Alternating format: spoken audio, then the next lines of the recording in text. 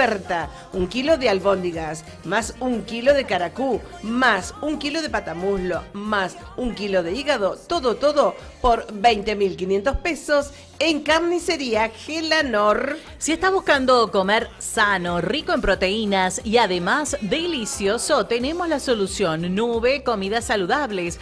Combo de viandas saludables más control nutricional, quincenales y diagnóstico de composición corporal para hipertensos y diabéticos. A cargo de la nutricionista María Mercado. Para ayudarte a alcanzar tus objetivos, come rico y sin complicaciones en Nube Comidas Saludables, Santa Fe 241, frente al Club Riojano. Consultas al 384 29 49 87. El menú de hoy, quepis con ensalada completa, canelones integrales de verduras con salsa mixta. Carlos Díaz había sido condenado por el secuestro y asesinato de un joven estudiante de ingeniería, Axel Blumberg. Recuperó su libertad hace algunos días atrás, después de estar 21 años preso. La decisión fue tomada por el juez Walter Venditti del Tribunal Oral en lo Federal 2 de San Martín, quien determinó que había cumplido con la totalidad de su condena. Yo estoy en línea con Juan Carlos Blumberg, el papá de Axel, y quiero saber, obviamente, cómo ha analizado toda esta situación. Hola, Juan Carlos, buen día. Nicolás te está saludando. Buen día, Nicolás González y también Eliana Buenas. Castro. Gracias. Buen día. Y de vuestro programa de Buen Día a La Rioja. Le agradezco por atendernos, muchísimas gracias. Bueno, Juan Carlos, primero quería saber las sensaciones que le ha generado la decisión del juez. Bueno, esto es lo que pasa, que el juez la condena él la cumplió, que fue muy pequeña por el 21 años, ¿no? Por el asesinato de este individuo. Nunca se arrepintió de lo que realizó, dicho por los propios psicólogos de la cárcel donde estaba detenido. Ya de hace varios años está pidiendo la libertad condicional, que nosotros siempre, en conjunto con la otra gente que también fue secuestrada, como la señora Norman, como el señor Ortiz de Rosa, y con mucha gente, siempre nos oponíamos, porque inclusive el individuo tenía mal comportamiento en la cárcel, no asistía a las clases, digamos, que tenía que hacer, tampoco a los trabajos, un reo, realmente un tipo mala persona. Y fíjese que cuando vino pidiendo la libertad condicional, le hablo del año 2017, ya con una cantidad de años en la cárcel, se expresó delante del juez, que era en ese Cisneros en ese momento, le dijo, bueno, lo que nosotros hacíamos con los secuestros era un buen negocio. O sea que si después de estar tantos años preso piensa que lo que ellos hacían era un buen negocio, ese individuo cuando salga realmente seguramente va a cometer otro tipo de fechorías, ¿no? Es un individuo realmente, fíjese que él, este menor, el que lo cuidaba Axel cuando estaba cautivo, ¿no? Después contado por la otra persona que estaba secuestrado con él, que era Ortiz de Rosa. Y bueno, a Axel le sacaron uñas, lo quemaban con colillas de cigarrillo, le ponían un revólver en la boca y simulaban, digamos, el disparo. O sea que gente, fíjese que este individuo, a la señora Norman, que no lo expresó en el juicio porque, digamos, ella tenía el marido con un problema grave de corazón, a esta mujer, cuando la secuestraron, la llevaron a un lugar, primero le mojaban el colchón y le ponían electricidad, y después la violó toda la banda. O sea que encima de degenerados, son violadores, degenerados. Esta gente, hoy, gracias a las leyes que hemos conseguido en el Congreso, que logramos seguir leyes a través de la Fundación, todo el trabajo que hicimos, estos individuos quedarían detenidos con similar 50 años. Fíjense lo que les pasó a estos rugbyers que mataron a este chico en Villa Gesell. Bueno, las penas fueron de 50 años.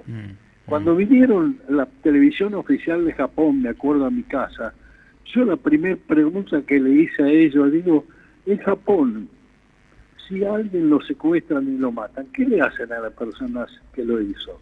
Lo matan directamente, como lo hacen en China, como lo hacen en Cuba y como lo hacen en muchos otros lugares. Así que yo creo que este individuo se la llevó de arriba, digamos, todo lo que ha cometido, ¿no? Yo creo que hoy nosotros estamos luchando en la fundación y trabajando, que lo que no hemos logrado durante 20 años, que bajar la edad de imputabilidad de los menores, ¿no? Que como lo tienen otros países vecinos, como son Uruguay, como lo tiene Brasil, todo que es a partir de los 12 años. En el caso de Inglaterra es a partir de los 8 años. En Estados Unidos depende del estado, pero también es a 10 años. Bueno, ahora el Patricia Bullrich y digamos el ministro de Justicia, bueno, presentaron en el Congreso hace ya unos cuantos meses un nuevo proyecto, bajar la edad de imputabilidad, pero lo bajan a los 13, y yo creo que eso es un error, debería ser menos la edad. Así que bueno, esperemos que los del Congreso se dignen a tratar el tema y de proteger a los ciudadanos, y no como sucede acá, que personas que matan, menores que matan, y se los devuelven a sus padres. Esto es una joda. Así que bueno, esperemos que Juan Carlos, todo esto vaya cambiando. Estamos hablando de que Díaz tenía 17 años en ese momento, ¿no? 17 años, y piense usted que este Díaz, por los dichos de su propia madre, ya de chico era un rebelde, se drogaba, ya de menor, de 10, 12 años se drogaba. O sea, gente irrecuperable. Yo me acuerdo cuando estuve en Estados Unidos con gente, psicólogos de las cárceles, gente que escribió libros, y entonces yo le preguntaba, y ellos decían, mire, Bloomberg, ¿sabe qué? Hay gente que son de mente podrida, que usted en la cárcel nunca lo va a cambiar. Lo que hay que lograr es que se queden detenidos la mayor cantidad de años posible para que no le puedan hacer daño a otra persona.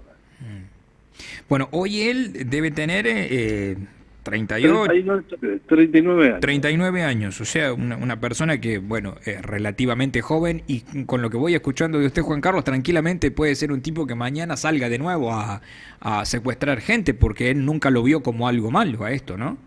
Además, fíjese, este individuo tuvo con una persona una concubina en la cárcel, un hijo. Y ahora, ¿qué me dice el fiscal? Que bueno, dentro de los pedidos del servicio penitenciario, él que tenía que poner el nombre de ese chico, su apellido. Y el tipo no reconoce al hijo que hizo. El tipo es un degenerado. Es un degenerado, lamentablemente. Juan Carlos, y fíjense usted que al caso suyo lo recordamos por lo que significó el impacto social para la República Argentina, y me traslado a la actualidad, y hoy todavía en la agenda la inseguridad sigue estando en primer lugar. Bueno, entre agenda e inflación son los dos temas más importantes de la sociedad argentina. Pero voy a que sigue siendo uno de los temas más importantes hoy por las entraderas y por la inseguridad que se vive, especialmente en las ciudades más grandes. Una lógica que no hemos logrado resolver todavía en la República Argentina.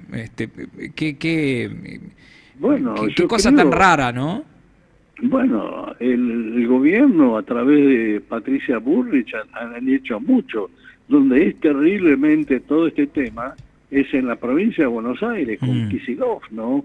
Donde, fíjese, en la pandemia, este gobernador, que es un desastre, ha liberado 4.500 a 5.000 delincuentes. Y esos 4.000, 5.000 delincuentes, después de la pandemia, nunca lo fueron a buscar. Es una locura. Y esos individuos son los que están haciendo desmanes, desastres. Fíjese, en el caso de la provincia de Buenos Aires, realmente los índices que hay de personas asesinadas, de robos, es terrible todo esto que se está viviendo. Terrible, terrible. Bueno, hay cosas que del gobierno, fíjese, todo lo que teníamos en el caso de Rosario, Santa Fe, bueno, sí. se hizo un gran trabajo desde el Ministerio de Seguridad. Pero bueno, hoy esa mafia del narcotráfico se trasladó a la provincia de Buenos Aires. Y muchas veces esos temas de la droga son manejados por los punteros políticos. Es de locos esto. Por eso yo acá necesitamos un cambio, necesitamos cosas importantes que se tienen que lograr, como digo, bajar la de imputabilidad y que la gente con la fuerza de su voto, bueno, busque gente idónea capaz, para claro, que esté en el Congreso, ¿no?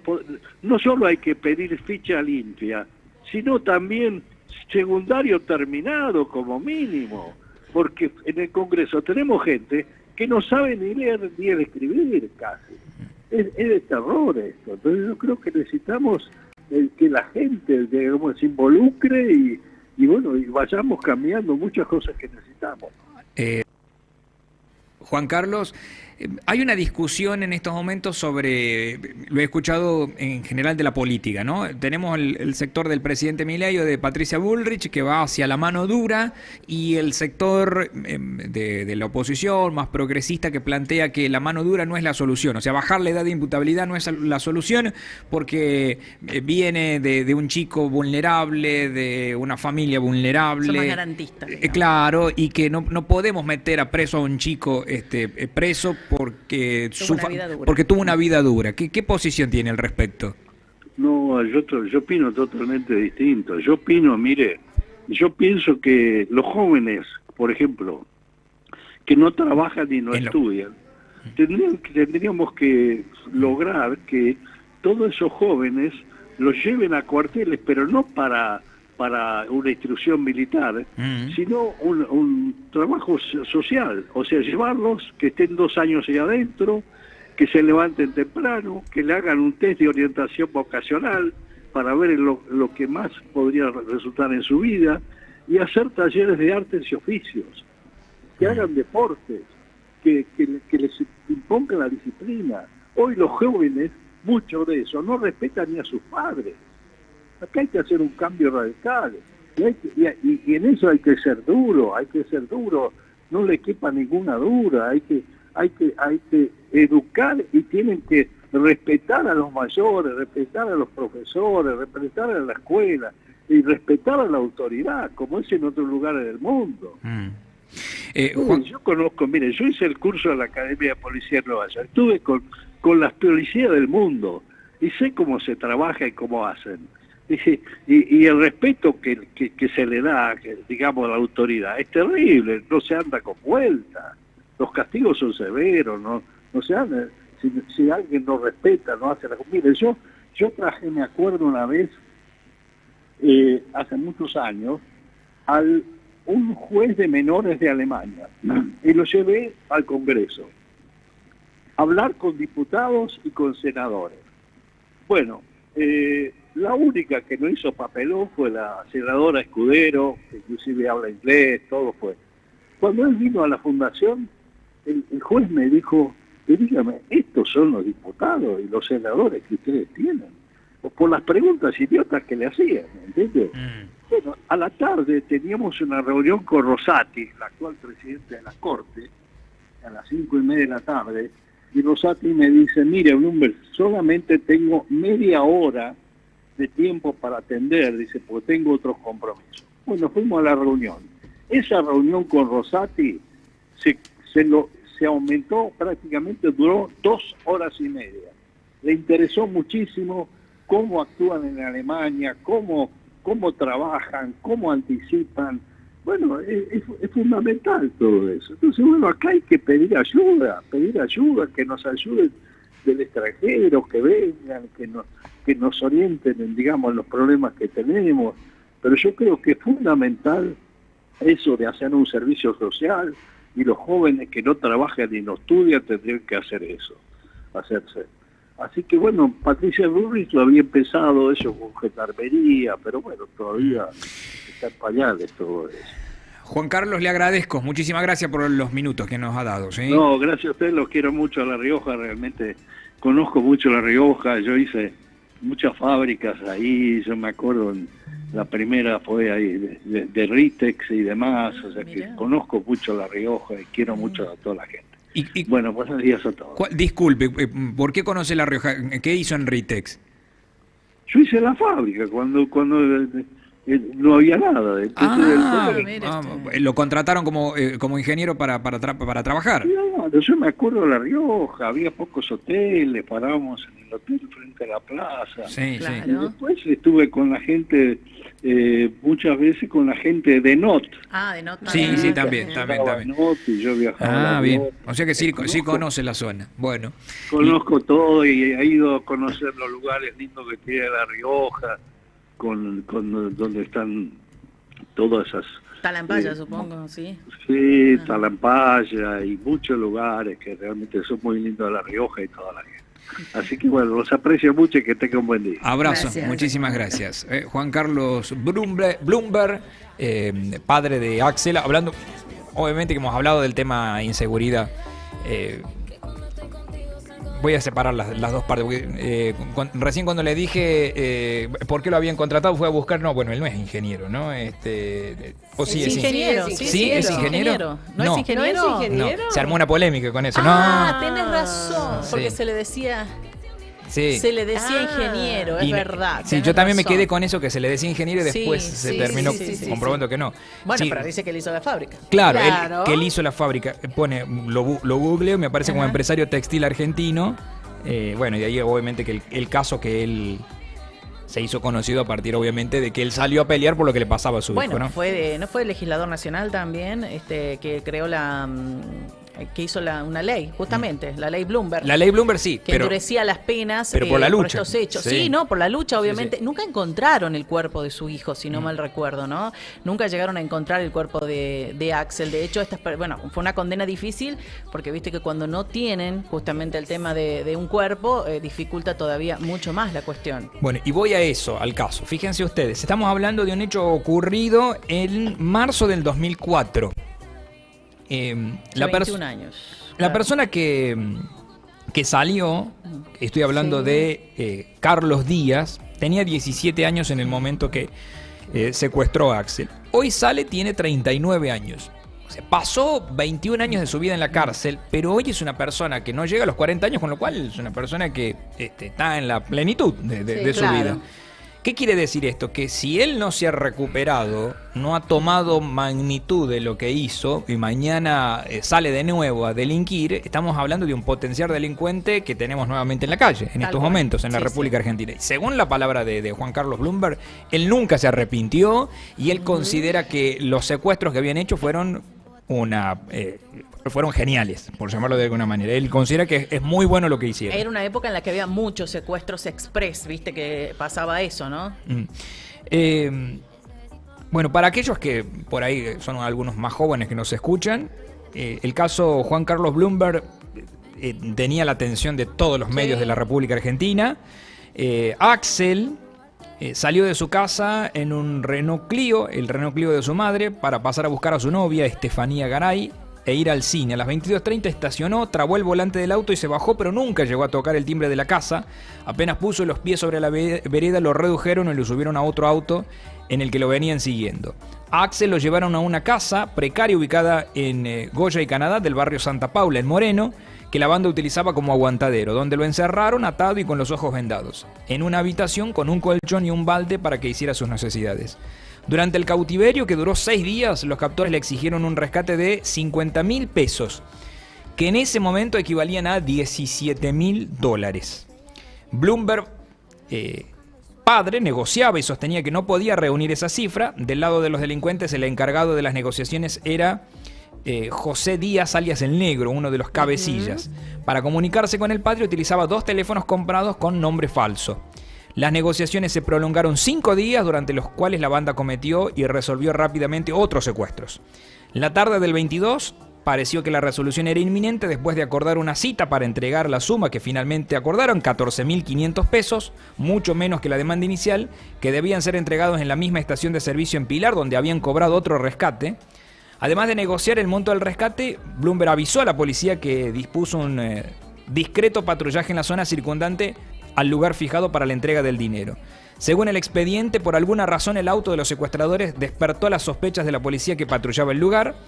Mientras los secuestradores se encontraban a bordo del vehículo, un Volkswagen Passat sustraído a Ortiz de Rosas.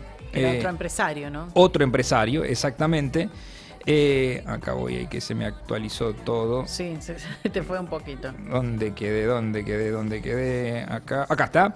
Y circulando por el acceso a Pilar mantuvieron un enfrentamiento con personal de distintas fuerzas de seguridad que justamente se encontraban patrullando la zona con el objeto de aprender a los imputados. Una vez que dejaron atrás a los policías, los secuestradores llevaron el Volkswagen a un descampado donde lo quemaron y volvieron a la casa de Goya y Canadá en Moreno para decir qué hacer con Axel. Pronto descartaron seguir negociando porque sabían que otra cita de rescate sería imposible. En sus declaraciones los delincuentes luego dirían que en un primer momento decidieron liberar a Axel. El joven no les conocía las caras ni sabían dónde lo tenían secuestrado, de modo que una vez que lo sacaran de encima no podrían darle información a la policía. Según la reconstrucción, alrededor de la 1:30 de la mañana de ese martes 23 de marzo, 2 de los delincuentes entraron a la habitación donde tenían al joven atado y vendado y le dijeron: prepárate. ¿Me van a matar?, les preguntó Axel. No, boludo, te vamos a soltar, le respondió uno de los captores. Lo desataron, pero no le quitaron la venda, lo llevaron tomado de los brazos hasta donde estaba un Fiat Uno, lo metieron en el baúl, antes le metieron el DNI en uno de los bolsillos. Según la reconstrucción, se quedaron fumando marihuana mientras Axel seguía encerrado en el baúl. Nunca creyó que lo liberarían y por eso se quitó la venda, pudo salir del auto de alguna manera y comenzó a correr por ese barrio desconocido. Saltó alambrados, golpeó la ventana de una casa y pidió auxilio, pero nadie le respondió. Escuchó también un grito: se escapa el gato. Es Carlos Díaz, esta persona que justamente estuvimos hablando, que lo vio pasar corriendo. Axel siguió escapando a la vez que gritaba: socorro, auxilio, ayúdenme. Un hombre denunció que algo raro estaba pasando en el barrio Santa Paula, pero cuando le pidieron que se identificara, colgó sin dar más información.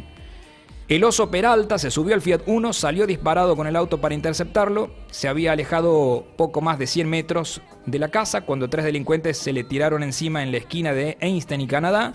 Lo golpearon con los puños y Díaz le dio un culetazo con su pistola en la cabeza. Axel, que ya no tenía la venda puesta, los hubiera visto, los hizo cambiar inmediatamente de la idea de liberarlo. No podían dejar que los identificara, lo llevaron hasta un descampado. Lo mataron de un disparo en la sien. Esa es la historia de Axel Blumberg de la que hemos hablado recién.